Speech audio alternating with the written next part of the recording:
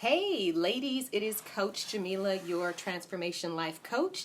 As you know, I serve highly successful, overachieving professional women who struggle in two main areas. The one you're well aware of because that's the purpose of this group, and that's those who've been through an unwanted divorce and are trying to overcome that.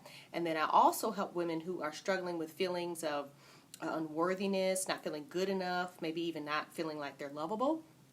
And sometimes they overlap. I haven't gone live in a while, but I wanted to make a really quick video tonight talking about the number one key to successfully dating after divorce. Many of you are well past the grieving phase and you've been divorced for a while, you're over your ex, and really that is my niche. That is the area that I work with women in. Women who are fresh out of a divorce, who are still grieving, who are not really over their ex. Those are not the women I work with. I work with the women that are past him and want to move forward, okay? Not saying they've completely healed from everything that happened, but they have no desire to return to that old life. They want to move forward and create a new life. So those are the women that I serve and work with, okay? So this video talking about dating, because like I said, many of you are now at this place, and some of you have even started, some of you are already in relationships. And the number one key to successfully dating after divorce is clarity. Yep. So you have to be crystal clear on what exactly it is that you want in a relationship. And so many of you, a lot of times on the bad advice of friends or sometimes even well-meaning counselors or sometimes will say things like, you just got to put yourself out there. Well, no, you don't. First of all, and this video isn't going to talk about this, but first of all, if you're still struggling with some issues within yourself, like your self-worth, your confidence, no, don't put yourself out there. You're like a walking target for the wrong guy, so don't do that. That's bad advice. The first thing you want to do is you want to get absolutely clear on what you want. Now, you're divorced, right? So you know what you don't want, but really determining what you do want has absolutely nothing to do with your ex-husband and the kind of man he was.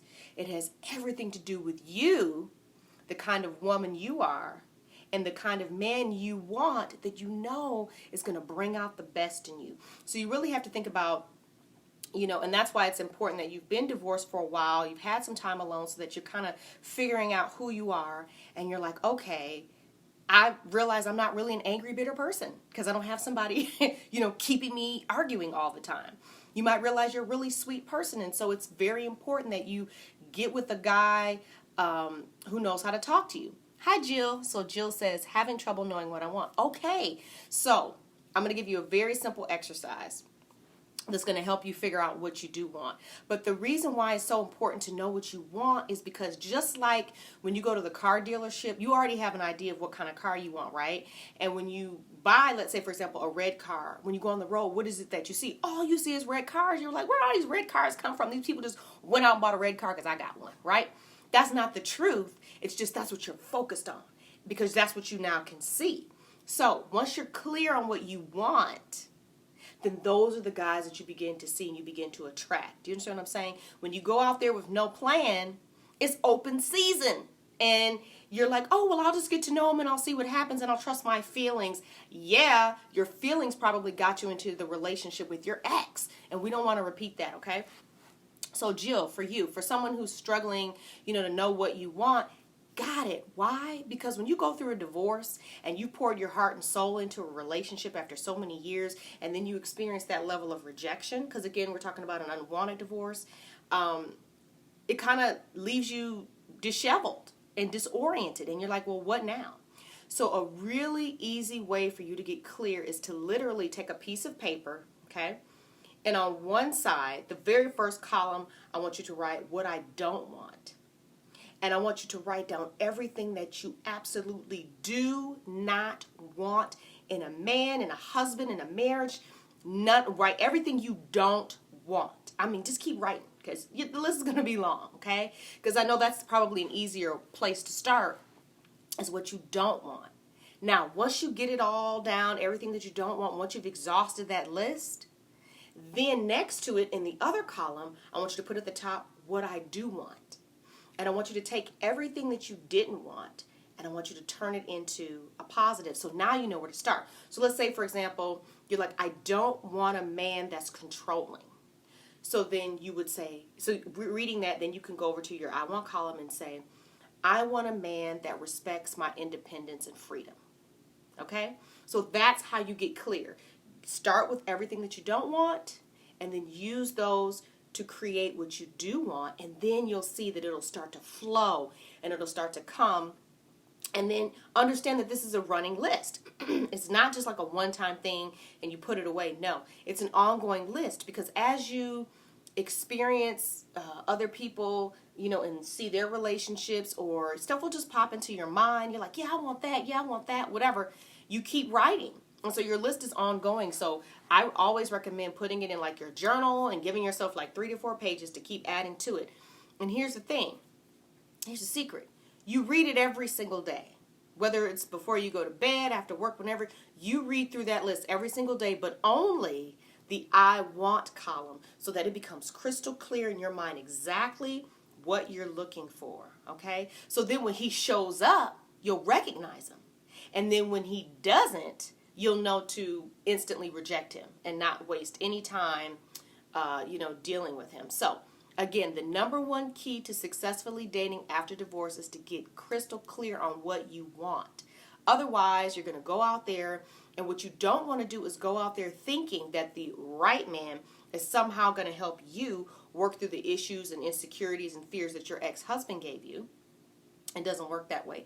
Those are things that you will have to work on within yourself first, and then you can go out there and attract a really great guy and have a great relationship. But when you don't do any of these first steps, and I'm sure many of you can attest to the trial and error that goes on. And here's the thing.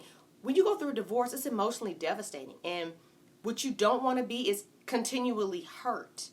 Okay? When you put yourself out there, because if you're struggling with your self-confidence, your self-worth, and you start talking to guys and they, this new term is called ghost, whatever that means, they just don't call you anymore, or they reject you, or they're not interested, your self-worth, your confidence just continues to get beaten and beaten and beaten and beaten down. You see what I'm saying? So it's more important that you take the time to figure out what you want, figure out who you are, and then you can step out, when you're healed and whole and you're ready. And it doesn't have to take a long time. That's the other thing is, I don't care how long you're married, it doesn't have to take a long time. I was married for 14 years. Our divorce was final in March. It was probably about September when I realized, okay, I want to be in a new relationship. I started working on myself right from the beginning, because I'm just one of those people. I'm an overachiever. This is what I do. And I was like, okay, I've got to do something. And so I started reading books immediately, but I wasn't exactly, ready to move forward, because I went through the phase of like, well, I'm done with all guys. They're no good, whatever. But that's just a phase. And I healed through it. Got to the next phase to where I realized, you know what? I don't want to be alone. I do want to be in a relationship, but I don't know how to be in one that's normal, because I don't know anything about that. And so that's where I put my time and effort and energy, was learning how to correct the behaviors and things that I had learned that were unhealthy, so that I could attract and be successful in a new relationship. And so about September, and then like the very end of March, my husband reached out to me. We didn't start talking then, I would say probably about April of the following year. And then it was in September that we were married.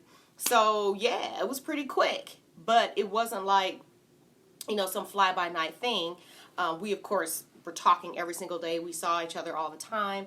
And we were in our 30s. So it was like we knew what we wanted. We knew who we were. And I had done the work. Do you see what I'm saying? So it was very clear. So my point is get clear, get to know yourself, and no, it doesn't have to take a long time. You don't have to be alone forever, okay?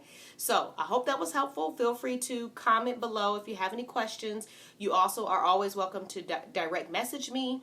And if you want to talk one-on-one personally, you can book a free 2-hour powerful coaching call where we'll dig in, get to the bottom of maybe what some of these issues are that you're dealing with, and talk about what you can do about it so that you can move forward. All right? So thanks for watching. You ladies have a good night, and I look forward to seeing you here.